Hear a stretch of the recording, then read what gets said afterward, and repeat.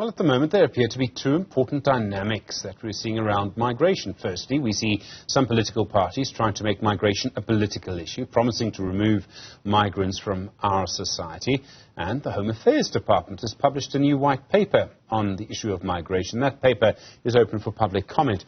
There's also the huge issue around the Zimbabwean exemption permit, which is now due to end at the end of 2025. But other countries on our continent also have to manage the movement of people and manage migrants and people who come across borders, some as refugees and some to work. Two of those countries are Kenya and Ethiopia. Margaret Monyani is a senior migration researcher at the Institute for Security Studies. She looked at both of these countries. Margaret, good afternoon, and thank you for your time. We all know the debates about migration in our society. What kind of issues are Kenya and Ethiopia dealing with? Okay, thank you. So, yeah, migration is one of those, I would say, in quote-unquote, thorny issues, though it's a very normal social phenomena. It's actually, I always say migration is part of our history as Africans, because none of us can actually speak today and say exactly you belong to where you are right now. So, in terms of Kenya and Ethiopia, is one of those countries that host quite a big number of migrants from the neighboring countries. Like Ethiopia is, in terms of refugees, is hosting at around 900,000, which makes it a second refugee hosting country in Africa.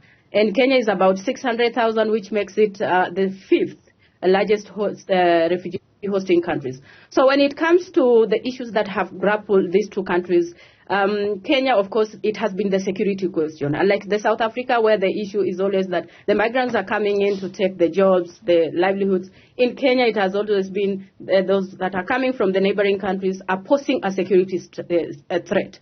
And Ethiopia, the same issues as well. So these two countries have found themselves to be the largest hosting states, yet they grapple with issues around resources, the issues around, expertise and all that. And we must know that as much as there is, since the, say, 7 years ago, we see a shift in the way these two countries are managing migration. That hasn't always been the case, because migration has always taken a backseat has always taken a backseat because these two countries are developing countries, and so issues of corruption, issues of infrastructure, issues of employment for their own citizens has always taken a center stage, until issues around insecurity in Kenya, for instance, and specifically terrorism. When Kenya between 2010 and 2015 experienced about 100 terror attacks. And that is when the government started being more serious around migration governance, adopting frameworks. Of course, it was that ad hoc, and there are so many gaps in that. Sure. Yeah.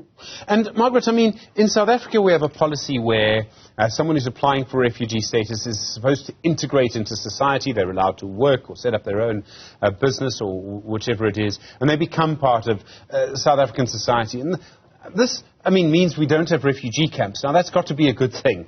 But it also means, and I think South Africans sometimes feel this, that this means these people become part of our society and will never leave. Kenya and Ethiopia, I presume they have very different policies. Yes. The Kenya and Ethiopia, they enforce the encampment policy. Like I said initially, Kenya didn't even have a refugee policy until 2007. Because And at that point, they were hosting over 500,000 refugees, because there was the understanding that one time they will go back home. The countries of origin will deal with their issues and they will go back. So why has there been hesitance in maybe adopting the South African style? Is because there is maybe to say, if we allow them just to go about their daily activities, mingle, go to other towns, then that will be a pull factor. And so the governments have been hesitant. But I said in the recent past we see a shift, and even last year Kenya has adopted what we call in the process of adopting what we call Shirika plan, where they're now going to turn the refugee camps into settlements, adopt them like municipalities, where the budget will be set aside for them. So I think they're coming alive to the reality that these people are not going anywhere. They've been around for 30 years plus. And I think also Ethiopia has found itself in such a place where now they are rethinking their approach around migration governance. We see rising xenophobia. It can look like that sometimes. Hard to know in South Africa, but we sort of see that.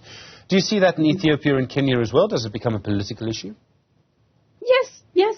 Actually, in Kenya, like I tell you, between 2010 and 2015, when Kenya was really going through the most as far as terrorism is concerned, then the Kenyan government started adopting this very restrictive, securitized approach to migration, where now, especially the Somali refugees, they are the ones who bore the brunt of this, because it was now politicized. They're the ones who are now providing the terrorists with networks to come and operate in Kenya. And so they were targeted. There were Operation Rudi Nyumbani, so many operations by the government. Once in 2013, once the government even rounded off Isili, where it's a neighborhood where most Somalis stay, and all were taken to a stadium one by one. You know, there was searches and taken back to the camps or back to Somalia. So yes, there has been that rhetoric in Kenya and to a large extent in Ethiopia.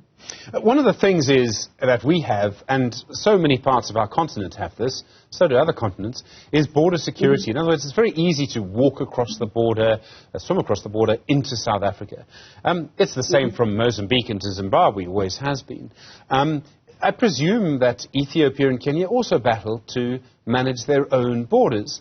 And frankly, and I think we need to be honest about this, that's not going to change for a long time. Exactly. And I see, like, in Kenya, the border issues, especially on the northern part, and if you look around the studies around small weapons, that has been the biggest challenge that Kenya has faced. And maybe the placing, and it's the same thing, even the 24 refugee camps in Ethiopia and the 2 or 3 in Kenya are placed by the border.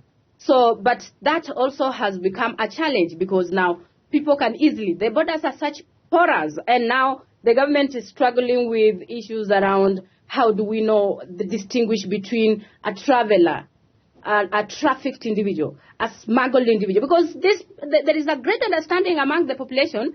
A smuggled individual adopts a different narrative. So that they know, okay, a trafficked individual. So they know if you're trafficked, then you will be able to get protection. So even when they're smuggled, when they're caught, they give a narrative that positions them as trafficked individuals and all that. So yes, border issues were not going to change, but I think we are, with this, what we see from Ethiopia and Kenya, like now, Ethiopia has the National Partnership Coalition, which is a national body, can I say so, that is coordinating all these migration issues, national coordination mechanism in Kenya. So those are baby steps towards maybe adopting a comprehensive and maybe more secure border issues around border management. So I know it's one of those issues, and no wonder many African countries have not ratified the Freedom of Movement Protocol, because that is one of the issues they grapple with. Our borders are still porous. If we allow just freedom of movement, then there'll be security concerns and many other issues that we are not ready to deal with right now. Margaret Monyani, thank you, Senior Migration Researcher at the Institute for Security Studies. Really do appreciate the time.